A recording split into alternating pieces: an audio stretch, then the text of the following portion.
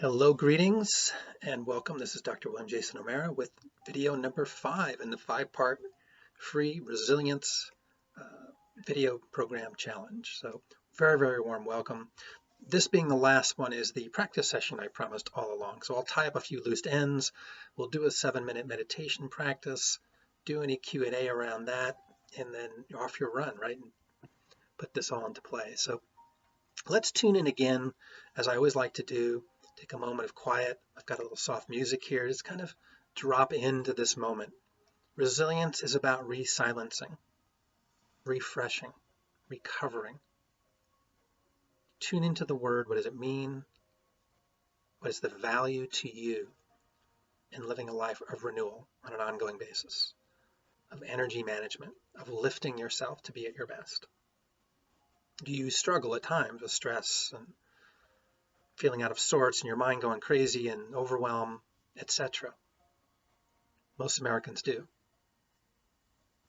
They struggle with depression and many, many other things. So this is the antidote. This is the healthy medicine that doesn't require a pharmaceutical, though if that's called for, you do that with your doctor. So tuning into it. And I want to say 2 things that are generally frequently asked questions, and then we'll get into the practice. Now that we've tuned into the word a little bit, quieted down a little bit. One is resiliency is not just about surviving.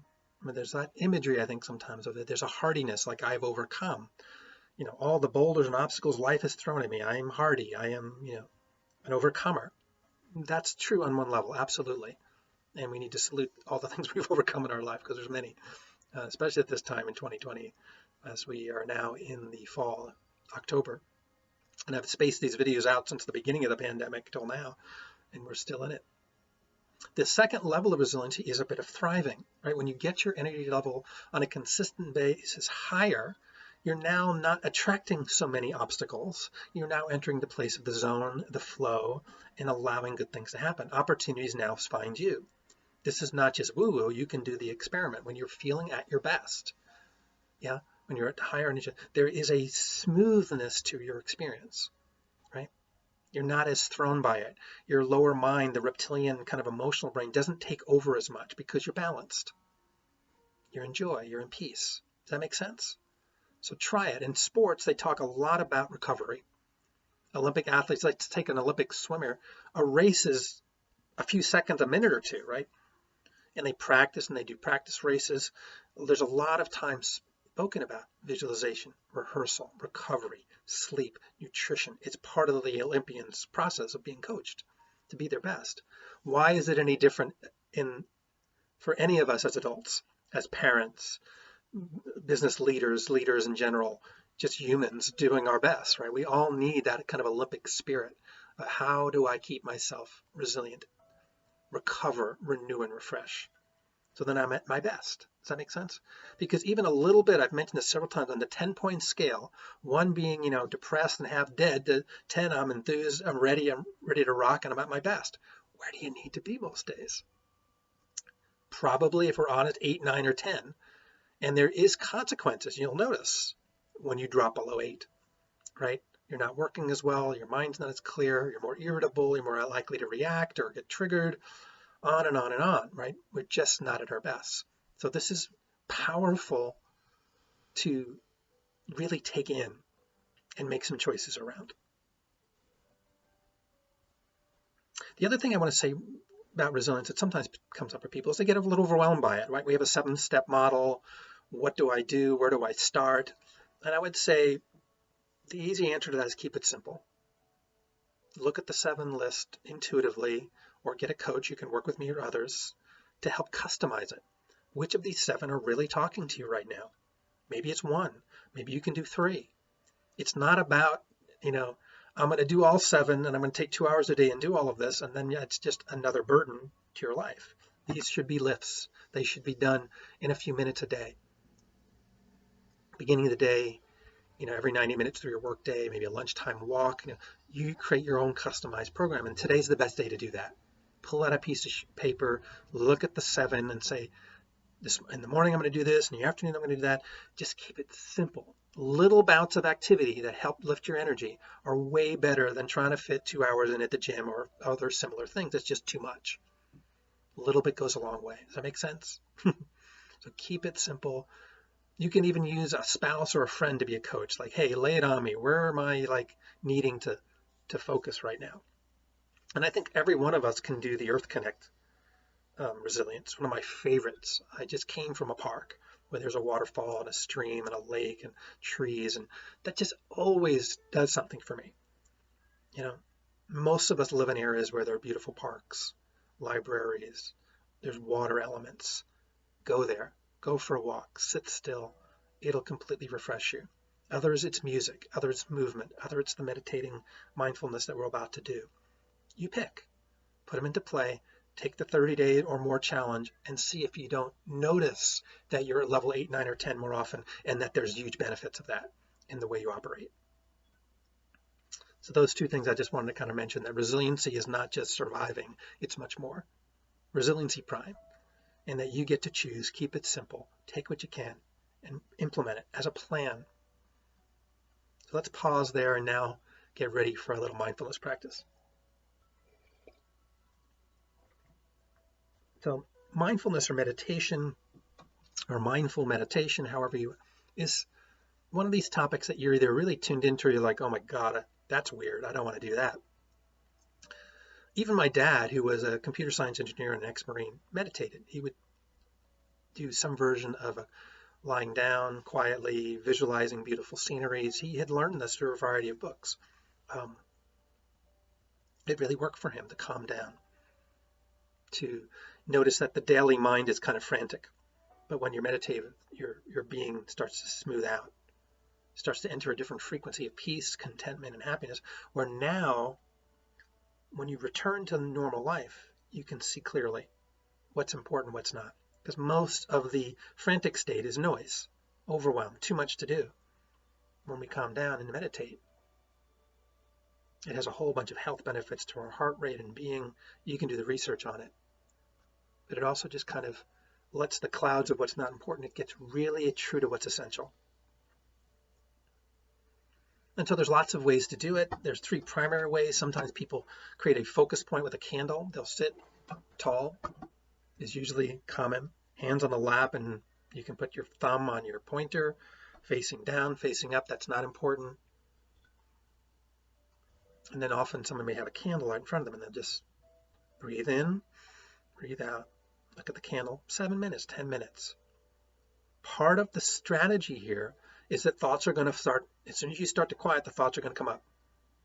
And you just have to have the discipline of letting them come up and letting them go, because that's all they are, is like clouds. And the challenges in our daily life is we're grabbing at every cloud. And this is where we're frantic. So just stop, let the clouds go by. Focus on your candle, breathe. The second technique is Zen meditation, where you count the breaths going in and out of your nose or mouth. It's kind of a highly physically connected version of it. One I don't always love, but it's one that's available. And just kind of breathing into the nose. Zen keeps your eyes open, slightly looking down. Others, you can close your eyes. You get choices here. So inhale, exhale 1, inhale, exhale 2. So by giving your mind a focus, a candle, following the breath, whatever, it starts to get you locked in, smooth things out. And again, the other thing's going to happen is the thoughts are going to come up. Just let them go. If you get caught up in them, just come right back to your practice. And the one we're going to practice today is a word-based one, or a mantra. So sitting tall, we're going to have our eyes closed. I'm going to put the clock on for 7 minutes. So I'm going to explain it, and then we're going to go practice it and do a little Q&A after. So I like to put my hands in this position, thumb on pointer, on knees, palms facing up, sitting tall, closing eyes, and just kind of restfully moving the eyes up towards the middle of the forehead here, which kind of creates a relaxation. We're just trying to relax. So we're going to breathe slowly with the following words. Breathing in, very slowly breathing in, being aware if you're breathing into the nose or mouth. I calm. Breathing out, I trust. And you can do this in cycles. So breathing in, I come, breathing out, I trust. 1. Breathing in, I come, breathing out, I trust. 2. And you'll count to 7 and then reverse. And you'll probably get through 3 or 4 rounds of that before the 7 minutes are up. But the idea is to practice keeping the focus. And when thoughts come up, let them go by like clouds. That's the whole deal. And as you do that continuously, you'll notice it really tunes you in to quiet, to source, to God, if you will, to what is essential versus what's overwhelming. And then when you go into your day, you're clear, right? And as you expand in to make more and more of life like a meditation, running can be a meditation, reading a book, doing gardening, you'll start noticing the things that you enjoy have a meditative component to it, that they're completely focused, and that you lose the chaotic mind. Okay? So now I'm going to go look for the timer, and we'll just do it. I'll hold space for it. You don't need to look at me. You're going to close your eyes, but I'll be here. If I can recall, if it comes up to me, I'll give this a 3-minute kind of warning when it's about to wrap up. It tends to go very fast, but for some people this can seem like an eternity. So you get to play with it. Afterwards, you can write comments down, and whether it's now or later, I'll come back and read the comments and respond. What did you get from this? What was it like? Did you notice your body and your heart rate just starting to smooth and relax? Did you notice the thoughts and you just let them go? All of this is part of the learning experience of this, of what is it? And over time, what is the value? What is the gift this gives you? And there's only one way to find out, to make the commitment and do it. So of the 3 options, let's go with the 1 word. And I'm going to just kind of arrange myself in my chair. I like to cross my legs. I do this in office buildings and leadership programs all over, right? So bowing to ourselves for taking a moment. Give yourself credit. Breathing in, breathing out. And I'm going to start the 7 minutes. And I'll guide you for the first minute, first 30 seconds, whatever, and then let you go. Give you a warning, and then the alarm will go off at 7 minutes. That just means we're complete. Okay. Breathing in, I come. Breathing out, I trust. 1. Breathing in, I come. Breathing out, I trust. 2. Breathing in, I come. Breathing out, I trust. 3. Breathing in, I come. Breathing out, I trust. 4. Keep going. I'm holding space for you. You got this.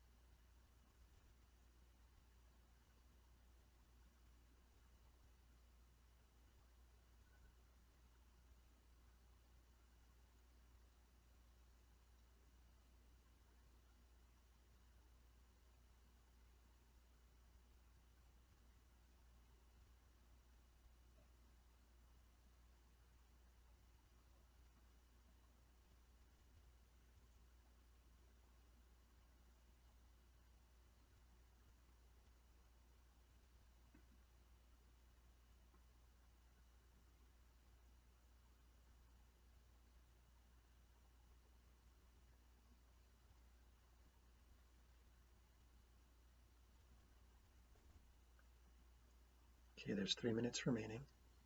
So wherever you are, return to the practice. Go deeper.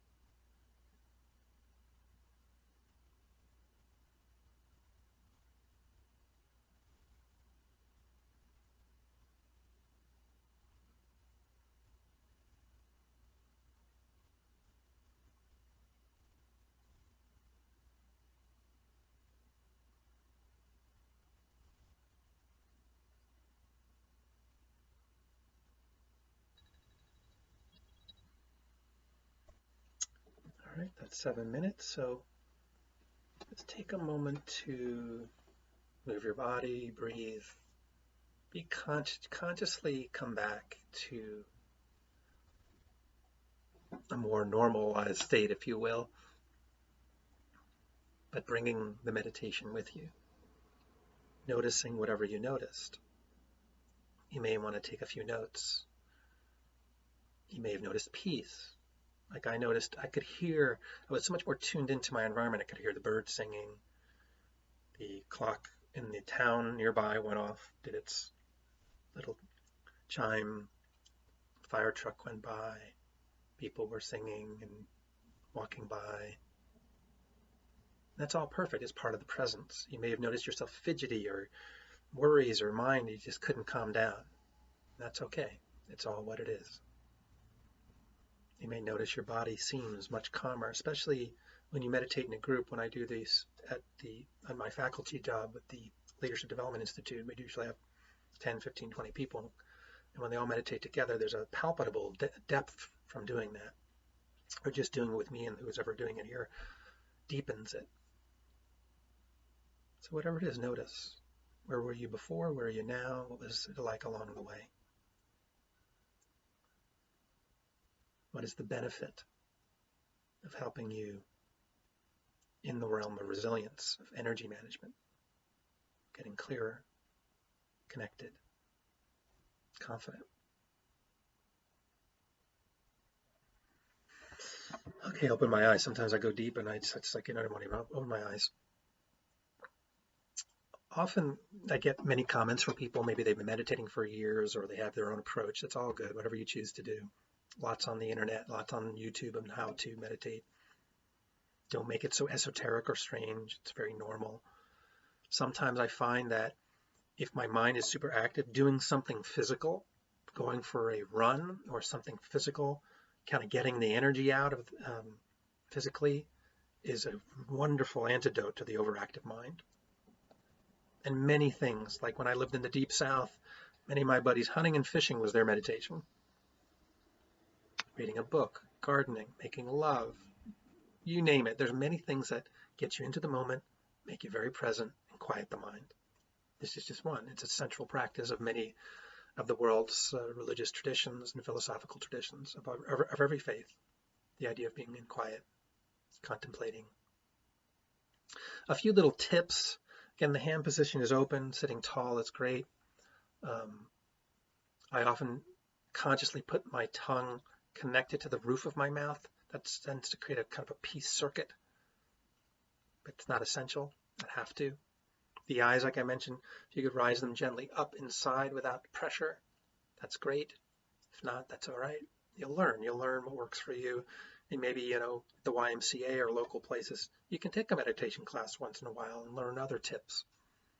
I also think when you start, you may be consciously breathing, but after a while, you just let yourself be breathed. Just breathe in your natural rhythm and follow the rhythm. Right? Breathing in, I calm. Breathing out, I trust. Count up to 7, count down. Use a timer like yourself. Maybe you commit to 7 minutes, 12 minutes. Maybe you build up. I like to do one in the afternoon, even a couple of minutes, maybe a guided meditation. There's a lot of good guided music, either with words or just instrumental. It's great also before bed. There's a lot written about sleep resiliency, that you have to start becoming consciously unwind from the world, right? Unwind from your work, unwind from the news, and start preparing to sleep so you can actually rest, have good dreams, So much to be said about this. This is the first resiliency. It's mindfulness resiliency, mental resiliency. I hope this was valuable to you. Please write in your comments, what did you observe? What did you receive? What did you notice?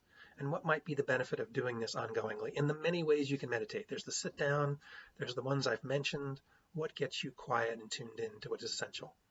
And I think it would behoove me to also mention the power of prayer, right? Whether you pray to a deity or have a religious bent to that, prayer is simply that asking and listening. It's both. What would you have me do? Listen is a powerful prayer. I'm so grateful for blank, blank, and blank, and blank. Tunes us in. Brings things back in perspective. Quiets the worry mind. The stress mind, right? Enter the relaxation response. So it has been a wonderful pleasure and honor to work with you in these 5-part series. All the videos are here of different lengths, going through the different parts of the model, offering practices and tips. And then this final one, we're going to do some frequently asked questions and an actual practice, which, as you can see, is simple. It's nothing overwhelming or woo-woo about it. Everyone can do it, of any walk of life, of any tradition, and you can get tremendous benefit out of it. Sometimes you just got to drop out of the head into the heart, and meditation does that. You can actively, sometimes if you have to make a decision, take a few breaths, choose to drop out of the head into the heart. Put your hands here, breathe, visualize a beautiful scene. Let's say you have a tough decision. Time out, drop out of the head, breathe into the heart with a visual scene, and then ask your heart and this core part of your body, your truth, your intuition, what's your perspective on this issue? What do you think is the best path? From this quiet, you notice the difference. Instead of here trying to figure it out, dropping into your deeper truth.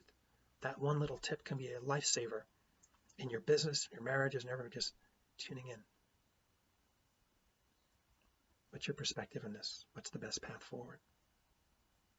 Or any question you want to ask. Very powerful. Okay. Any questions, let me know. There will be a number of follow-up resources under the inscription here or description websites where you can see the model, where you can keep in touch with me. You can subscribe. I do one-on-one coaching to help people customize this. I do programs for groups, etc. I'm at your service. So as always, like, love, comment, share, subscribe, whatever you feel drawn to do. Let's keep in touch. It's been a pleasure again. I send you off in this deep truth of there is no way to happiness, joy, peace, or contentment. Happiness, joy, contentment is the way, and it's in your hands. Learning these skills, these habits, these practices, and putting them into play will make a huge difference in your life. I hope this video series has indeed touched you and that you're running with some of these in whatever way you can. This is WilliamJasonOMara signing off from Rhinebeck, New York, from my treehouse. God bless. You take care, lead on, and may the source be with you.